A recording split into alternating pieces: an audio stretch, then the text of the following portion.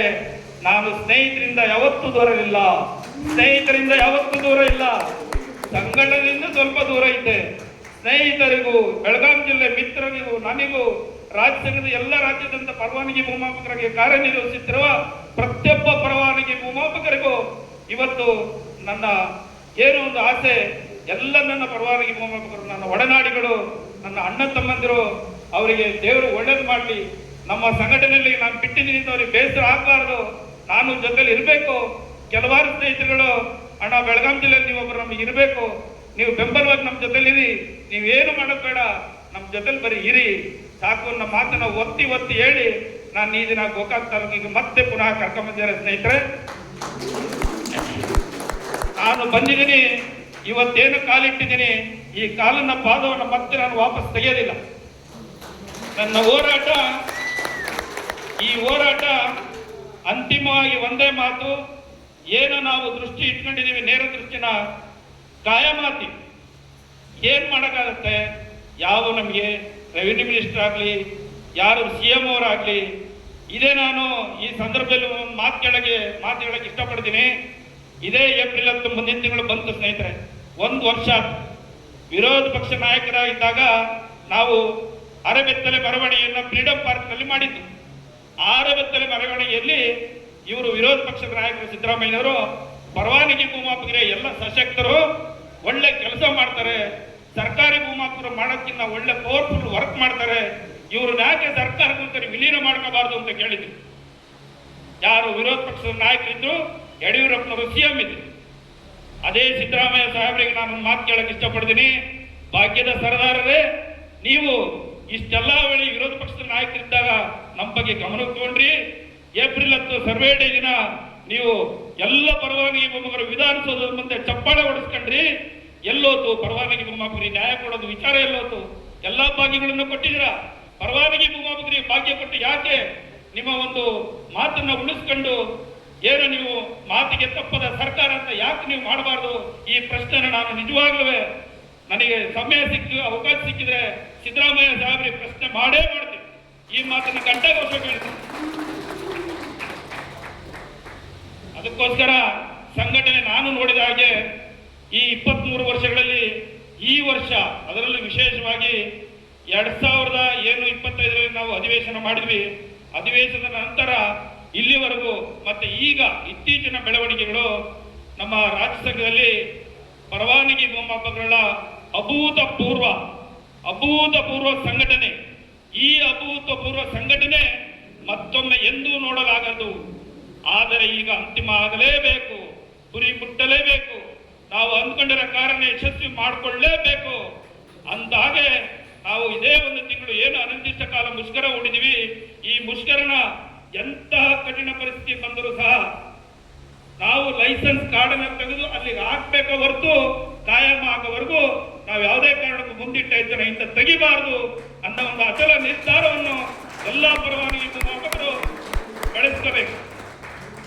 ಯಾವುದೇ ಕಾರಣಕ್ಕೂ ಏನಾದರೂ ಒಂದು ಲೈಸೆನ್ಸ್ ಕಾರ್ಡ್ ಕೊಟ್ಟಿದ್ದಾರೆ, ಆ ಲೈಸೆನ್ಸ್ ಕಾರ್ಡನ್ನ ನನ್ನ ಕೊನೆ ಒಂದು ಲಾಸ್ಟ್ ಇದೇನು ಕೊನೆಗೆ ಅಂತ ಕಾಣಲಿಲ್ಲ ಅಂದ್ರೆ ಅದೇ ಲೈಸೆನ್ಸ್ ಕಾರ್ಡನ್ನ KR ಸರ್ಕಲ್ ಹೆಡ್ ಆಫೀಸ್ ಮುಂದೆ ಹೋಗಿ ಎಲ್ಲ ಲೈಸೆನ್ಸ್ ಕಾರ್ಡ್ ಅಲ್ಲಿ ಒಗೆದು ಆ KR ಸರ್ಕಲ್ ಹೆಡ್ ಆಫೀಸ್ ಅನ್ನು ಮುತ್ತಿಗೆ ಹಾಕಬೇಕು.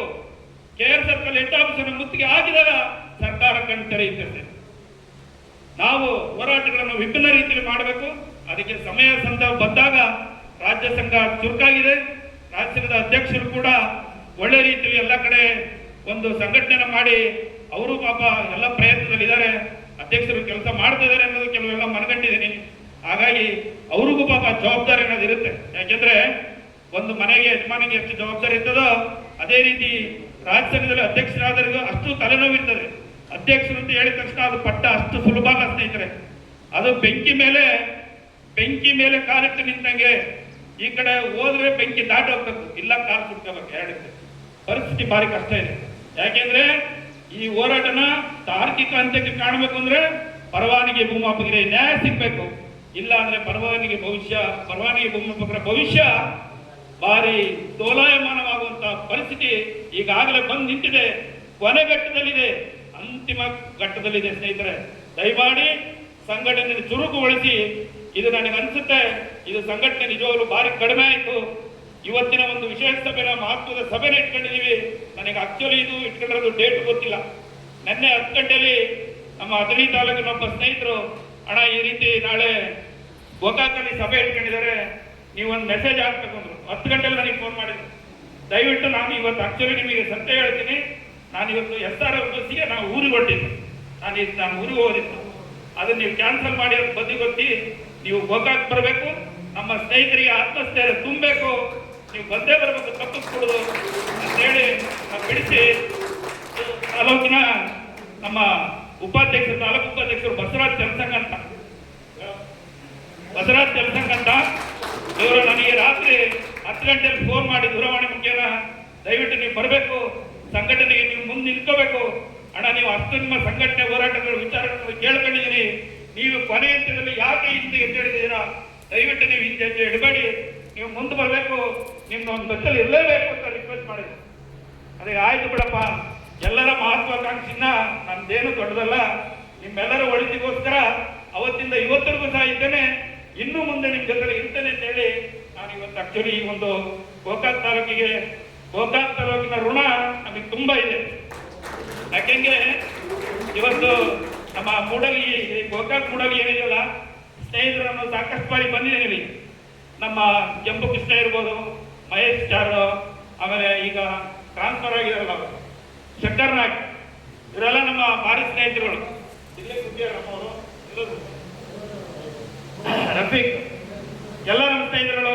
ಈ ಒಂದು ಬಾಂಧವ್ಯ ಎಲ್ಲೋದ್ರು ಅಷ್ಟೇ ನಮಗೆ, ವಿಶೇಷವಾಗಿ ಗೋಕಾಕ್ ಅಂತಲ್ಲ, ಗೋಕಾಕ್ ಇರ್ಬೋದು, ರಾಯಬಾಗ್ ಇರ್ಬೋದು, ಬೈಲವಂತ ಇರ್ಬೋದು, ರಾಮದುರ್ಗ ಇರ್ಬೋದು, ಸೌದತ್ತಿ ಇರ್ಬೋದು, ಬೆಳಗಾಂ ಇರ್ಬೋದು, ಎಲ್ಲದರಲ್ಲೂ ಒಂದು ಅಭಿಮಾನ ಇದೆ. ಇಡೀ ರಾಜ್ಯದಲ್ಲಿ ಯಾವ ಜಿಲ್ಲೆಗೆ ಹೋದ್ರೂ ನಮಗೆ ಗೌರವ ಅಭಿಮಾನ ಇವತ್ತವರೆಗೂ ನಾನು ಇಟ್ಕೊಂಡಿದ್ದೀನಿ. ಅದಕ್ಕೆ ಮುಖ್ಯ ಕಾರಣ ನಾವು ಇದುವರೆಗೂ ನಮ್ಮ ಒಳ್ಳೆತನ ಉಪಯೋಗಿಸ್ಕೊಂಡು ಅಧಿಕಾರಿಗಳನ್ನೇ ಯಾವೊಂದು ಅಧಿಕಾರಿಗಳಿಗೆ ಅಂಜದಲೆ, ಯಾವುದೇ ADL ಇರಲಿ, ಯಾವುದೇ TDL ಇರಲಿ, ಅಂಜೋದಿಲ್ಲ, ಅಂಜಬಾರದು. ಯಾಕೆಂದ್ರೆ ನಾವು ಆನೆಸ್ಟ್ ಆಗಿದ್ರೆ ನಾವು ಯಾರಿಗೆ ಅಂಜಬೇಕು, ಅಂಜಂತ ಪರಿಸ್ಥಿತಿ ಬರಲೇಬಾರದು.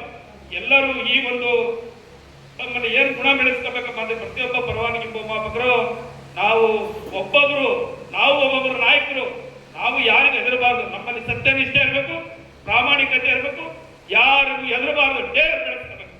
Daring is very important. ಇಷ್ಟು ಹೇಳ್ತಾ ಇನ್ ಮುಂದೆ ಸಂಘಟನೆ ದಯವಿಟ್ಟು ಎಲ್ಲರೂ ಸಹ ಇದೇ ರೀತಿ ಯಾರು ಬಂದಿಲ್ಲ ಕೆಲವರು ಅವರಿಗೆಲ್ಲ ತಿಳಿಸಿ, ಇನ್ನೇನು ಯುಗಾದಿ ಹಬ್ಬದ ನಂತರ ಮಾರ್ಚ್ 19ನೇ ತಾರೀಕಿನ ನಂತರ ಸಂಘದೊಳಗೆ ಒಂದು ತೀರ್ಮಾನ ಆಗ್ಬೋದು. ಬೆಳಗಾವಿ ಡಿವಿಷನ್ ಮೀಟಿಂಗಿಗೆ ಷಣ್ಮುಖ ಅವರು ಹೇಳಿದಂಗೆ ಪರವಾನಗಿ ಭೂಮಾಪಕರ ಕುಟುಂಬ ಸಮೇತ ಒಂದು ಹೋರಾಟ ಮಾಡಿದ್ರೆ ಅದರಲ್ಲೂ ಮನೆ ಪ್ರಯತ್ನ ಮಾಡ್ಬೋದು ಅನ್ನೋದು ಒಂದು ಎಲ್ಲರ ಒಂದು ಅನಿಸಿಕೆ ಆಗುತ್ತೆ. ಒಳ್ಳೆ ಒಂದು ಮಹತ್ವದ ಒಂದು ನಿರ್ಣಯವನ್ನು ಅವರು ತಗೊಂಡಿದ್ದಾರೆ. ಒಳ್ಳೆ ನಿರ್ಣಯ ಇದು, ಖಂಡಿತವಾಗಿ ಒಳ್ಳೇದಾಗುತ್ತೆ. ಎಲ್ಲರೂ ಪ್ರಾಮಾಣಿಕತೆ ಸಂಘಟನೆಗೆ ಒತ್ತು ಕೊಡಿ.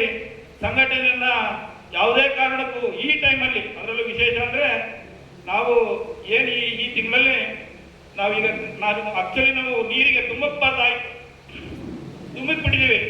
ಈಗ ನಮಗೆ ಉಳಿದಿರೋದು ಒಂದೇ, ಈಜಬೇಕು, ಇಲ್ಲ ಅಂದ್ರೆ ಮುಳುಗಿಬಿಡ್ತೀವಿ. ಮುಳುಗಿದ್ರೆ ಪರಿಸ್ಥಿತಿ ಕಷ್ಟ ಆಗತ್ತೆ.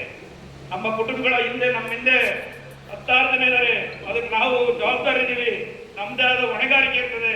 ಅದಕ್ಕೋಸ್ಕರ ದಯವಿಟ್ಟು ಯಾರು ಸಹ ಜವಾಬ್ದಾರಿಯುತವಾಗಿ ಸಂಘಟನೆಗೆ ಹೆಚ್ಚಿನ ಮಹತ್ವವನ್ನು ಕೊಡಿ.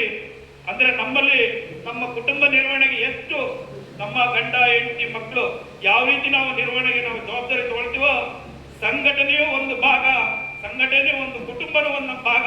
ಇದು ಒಂದು ಸಂಘಟನೆ ಕುಟುಂಬ ಇದ್ದಂಗೆ ಅಂತ ಪ್ರತಿಯೊಬ್ಬರು ಮನಗಾಣಬೇಕು ಸ್ನೇಹಿತರೆ. ಈ ಮಾತನ್ನು ಹೇಳ್ತಾ ಮುಂದಿನ ಒಂದು ದಿನಗಳಲ್ಲಿ ಡಿವಿಷನ್ ಮೀಟಿಂಗ್ ಆಗ್ಬೋದು. ವಿಶೇಷವಾಗಿ ಡಿವಿಷನ್ ಮೀಟಿಂಗ್ ನಲ್ಲಿ ಮಾಧ್ಯಮಗಳನ್ನ ಹೆಚ್ಚಿನದಾಗಿ ಮಾಧ್ಯಮಗಳ ಮುಖೇನ ಸರ್ಕಾರಕ್ಕೆ ವಿಚಾರ ಮುಟ್ಟಿಸಂತ ಕಾರ್ಯಕ್ರಮ ಮಾಡಬೇಕು. ರಾಜ್ಯ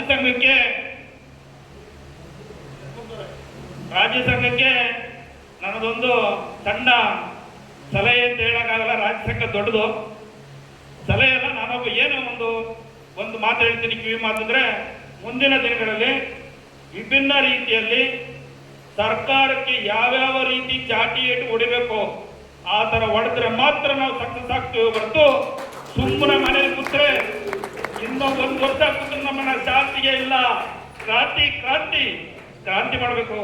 ಶಾಂತಿಯಿಂದ ಇದ್ರೆ ಯಾವ ಕೆಲಸನೂ ಆಗಲ್ಲ. ಶಾಂತಿಯಿಂದ ಇದ್ದು ಏನೋ 21 ದಿವಸ ಉಪವಾಸ ಸತ್ಯಾಗ್ರಹ ಮಾಡಿದ್ರು, ಉಪ್ಪಿನ ಸತ್ಯಾಗ್ರಹ ಮಾಡಿದ್ರು ಮಹಾತ್ಮ ಗಾಂಧಿ. ಆ ಕಾಲ ಈಗಿಲ್ಲ. ಇದೆಲ್ಲ ಒಡೆದಾಡ ಕಾಲ. ಈಗ ಪುತ್ರ ಸೀಟ್ ಬಿಡಿಸಿ ಎಬ್ಬರಿಸಿ ಕಳೆದ ಕಾಲ, ಭಾರಿ ಕೆಟ್ಟ ಕಾಲ.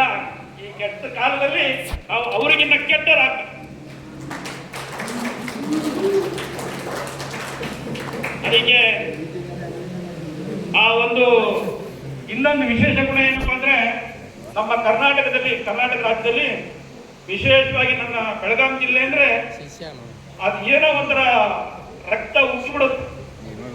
ಬ್ಲಡ್ ಸಿಕ್ಕಾಪಟ್ಟೆ ತಗದಾಗ ಏನೋ ನೀರು ತುಂಬ್ಕೊತಾಗ ಬೆಳಗಾವಿ ಜಿಲ್ಲೆ ಪವರ್ ಹೆಂಗ ಏನೋ ಗೊತ್ತಿಲ್ಲ. ಇವತ್ತು ಸ್ಟೇಟ್ ಅಲ್ಲಿ ಯಾರನ್ನಾರ ಅಳ್ಳಾಡಿಸ್ಬೇಕಂದ್ರೆ ಬೆಳಗಾವಿ ಜಿಲ್ಲೆ ಪವರ್ ಬೇರೆ. ಇವತ್ತು ನಾವೇನಾರ ಹೋರಾಟ ಕೊಂಡಿರ್ತೀವಿ ಅಂದ್ರೆ ಬೆಳಗಾವಿ ಜಿಲ್ಲೆ ಮುಂದೆ ಹೆಜ್ಜೆ ಇಟ್ಟಾಗ ಇನ್ನು ಬೇರೆ ಜಿಲ್ಲೆಗಳು ಎದ್ದಾಡ್ತಾವ. ಅಟ್ಟದಂಗ ಹೇಳಂಗಿಲ್ಲ, ಯಾರು ಮಾಡಿರ್ತಾರೆ. ಅದಕ್ಕೋಸ್ಕರ ಬೆಳಗಾವಿ ಜಿಲ್ಲೆ ನಮ್ಮ ಹೆಮ್ಮೆ. ಬೆಳಗಾವಿ ಜಿಲ್ಲೆ